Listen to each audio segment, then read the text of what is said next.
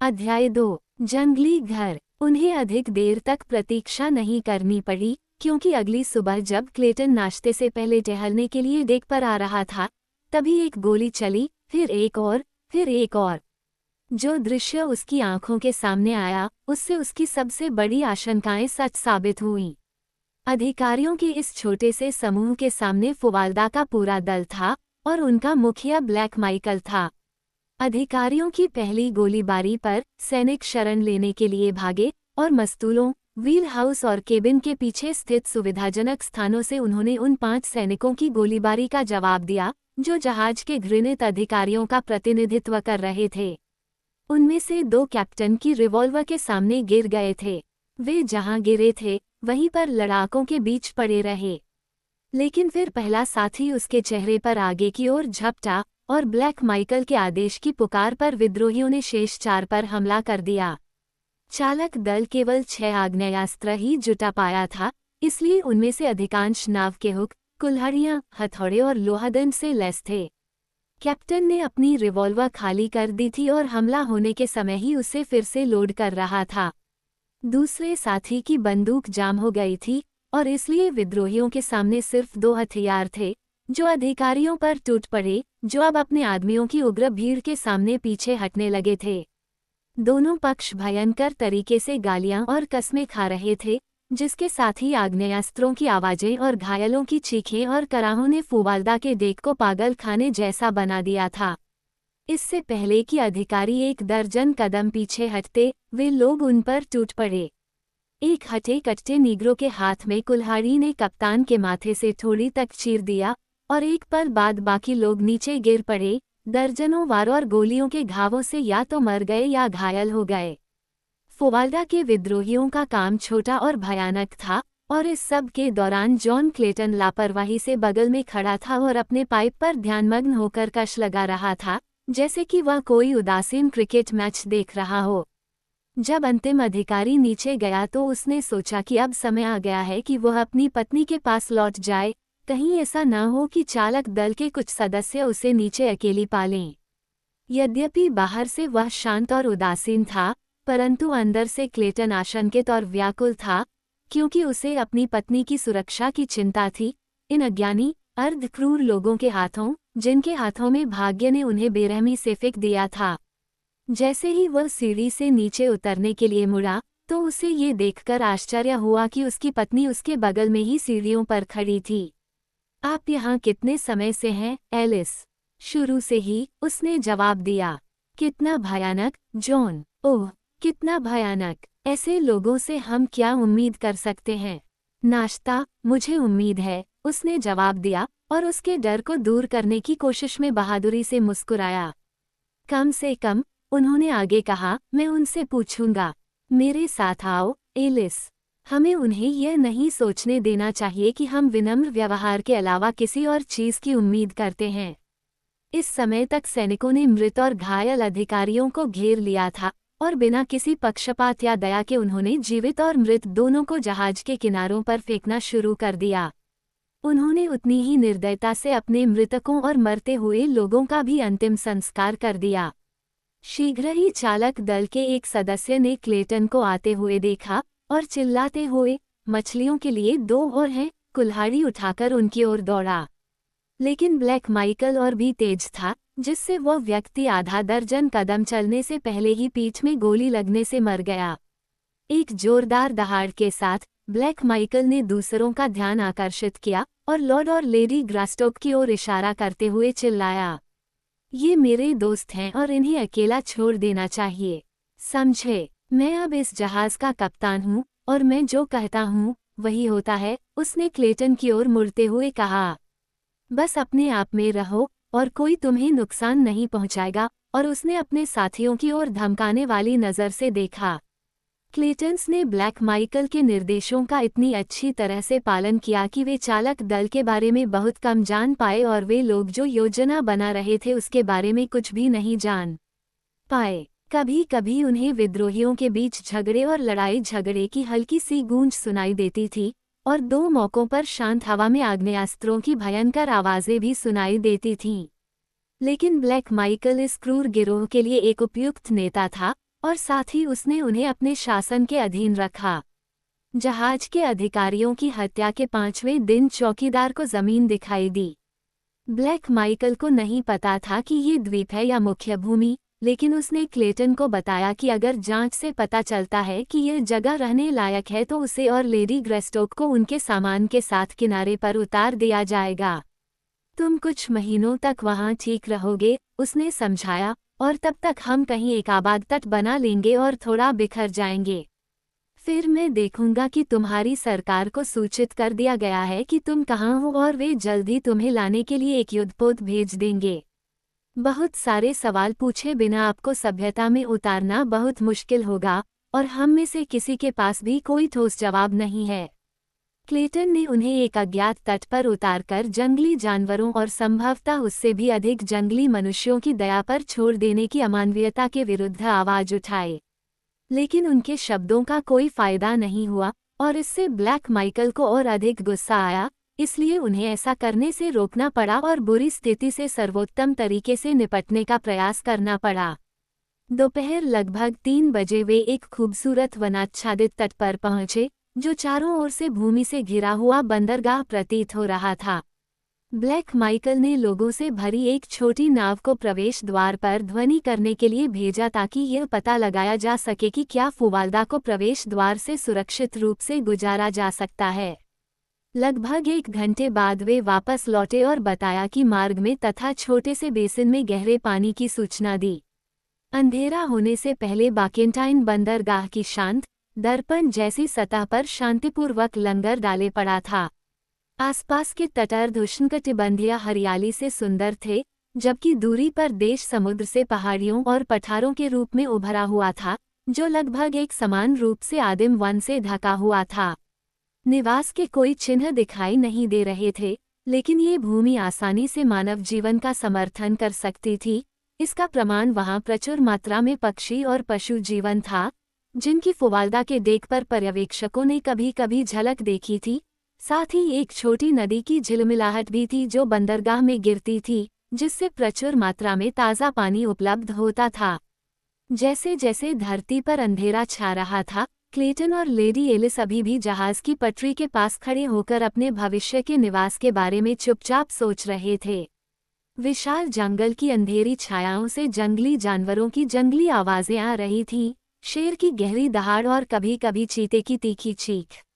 महिला उस आदमी के और करीब सिमट गई, इस भय से कि आने वाली रातों के भयंकर अंधेरे में उन पर क्या क्या विपत्तियां घात लगाए बैठी होंगी, जब वे उस जंगली और सुनसान किनारे पर अकेले होंगे। बाद में शाम को ब्लैक माइकल उनके साथ काफी देर तक रहा और उन्हें अगले दिन उतरने की तैयारी करने के निर्देश दिए। उन्होंने उसे मनाने की कोशिश की कि वो उन्हें सभ्यता के करीब किसी और अधिक मेहमाननवाज तट पर ले जाए ताकि वे मित्रवत हाथों में पड़ने की उम्मीद कर सकें। लेकिन कोई भी दलील या धमकी या इनाम का वादा उसे प्रभावित नहीं कर सका। मैं जहाज पर अकेला आदमी हूँ जो तुम दोनों को सुरक्षित रूप से मरते हुए नहीं देखना चाहता, और जबकि मुझे पता है कि यह हमारी गर्दन को सुरक्षित रखने का समझदारी भरा तरीका है, फिर भी ब्लैक माइकल एक एहसान को भूलने वाला आदमी नहीं है। तुमने एक बार मेरी जान बचाई थी और बदले में मैं तुम्हारी जान बख्शने जा रहा हूँ, लेकिन मैं इतना ही कर सकता हूँ। लोग अब और नहीं रुकेंगे, और अगर हम तुम्हें जल्दी से जल्दी नहीं उतार पाए तो वे तुम्हें इतना शो देने के बारे में अपना मन भी बदल सकते हैं।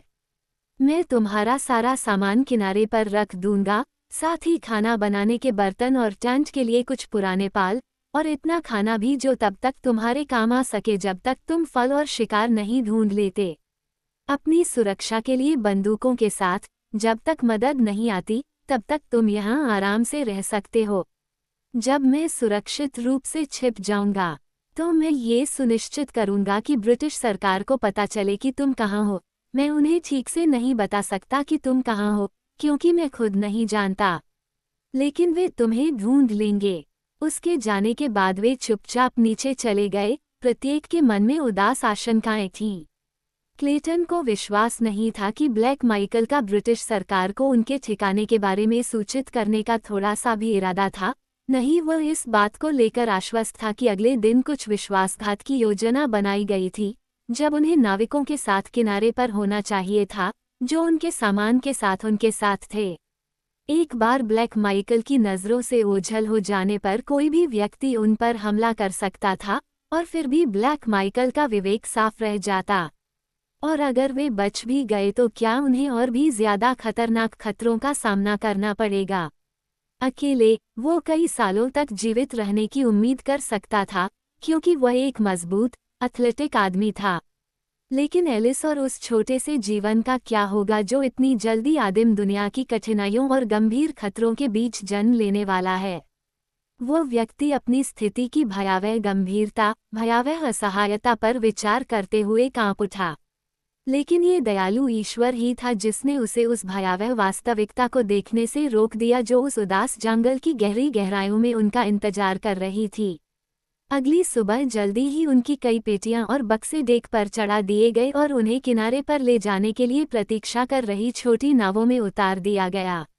वहां बहुत सारी चीजें और विविधताएं थीं, क्योंकि क्लेटन ने अपने नए घर में 5 से 8 साल तक रहने की उम्मीद की थी। इस प्रकार उनके द्वारा लाई गई कई ज़रूरतों के अलावा कई विलासिता की चीज़ें भी थीं। ब्लैक माइकल ने तय कर लिया था कि क्लेटन से जुड़ी कोई भी चीज़ जहाज़ पर नहीं छोड़ी जाएगी।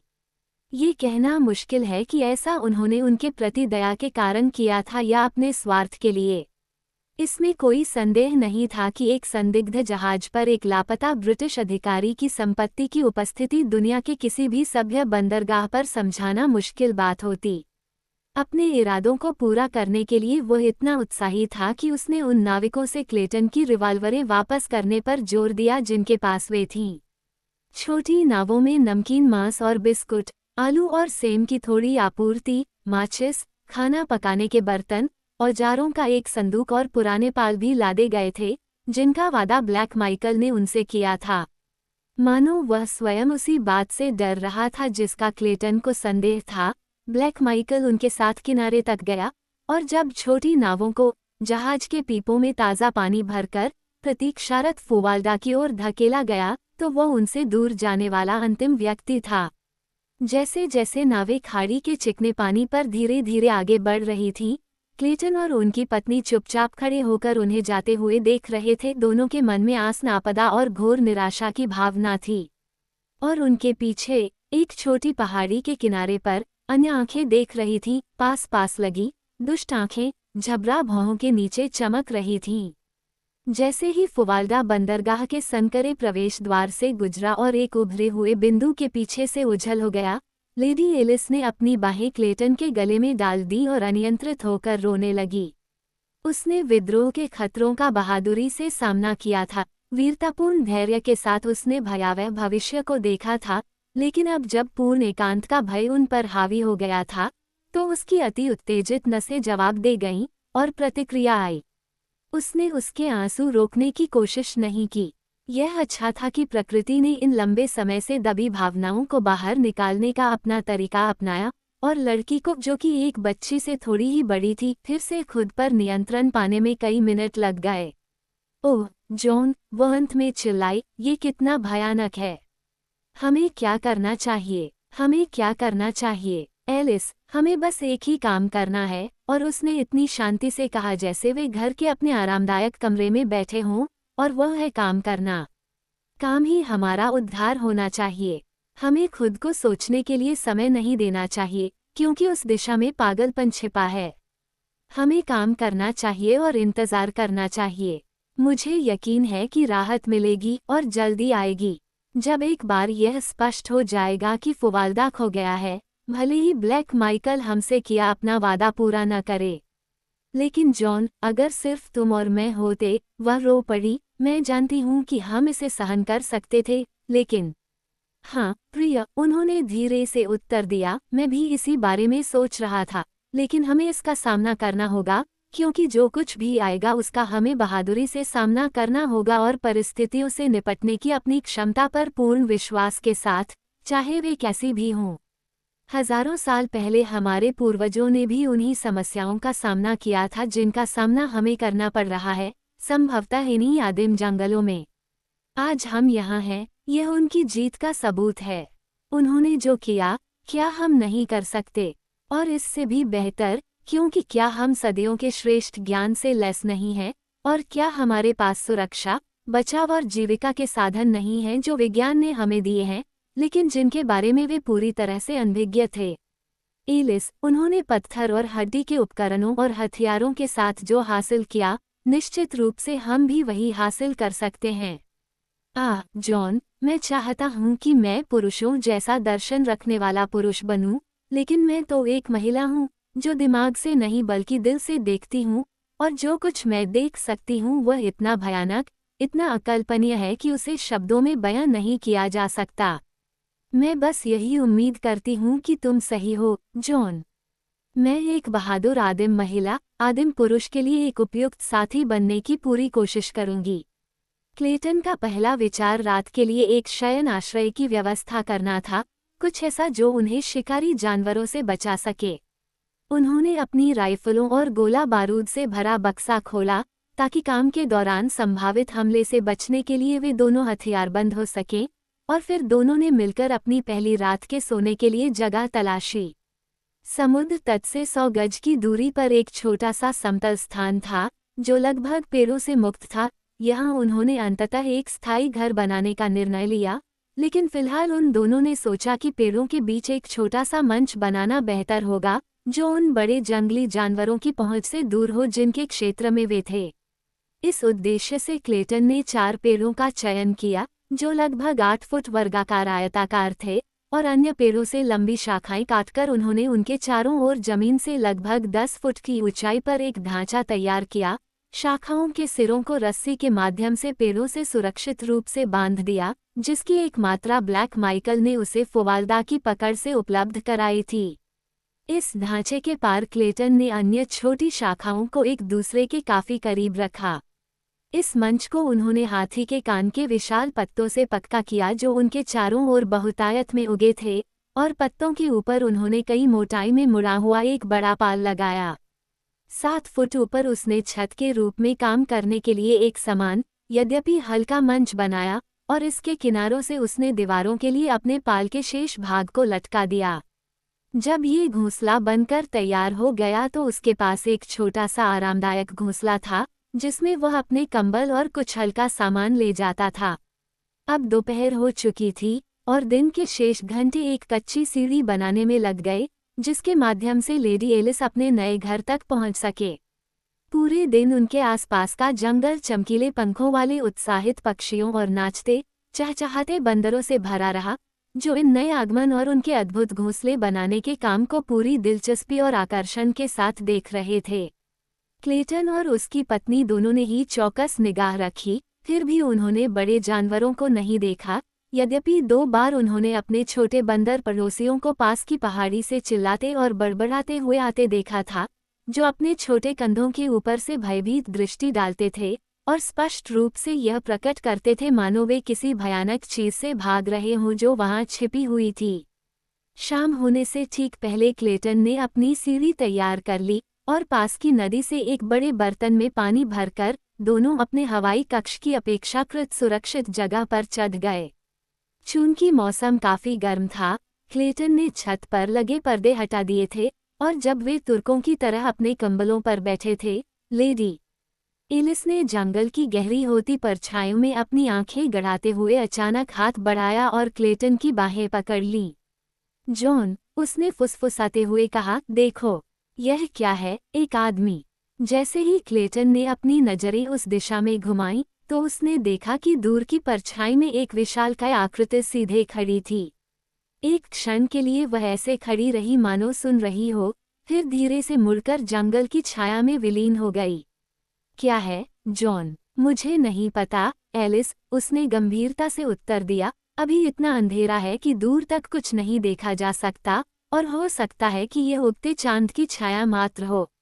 नहीं, जॉन, अगर यह कोई आदमी नहीं था तो यह आदमी का कोई बहुत बड़ा और विचित्र मजाक था। ओह, मुझे डर लग रहा है। और उसके कानों में साहस और प्रेम के शब्द फुसफुसाए।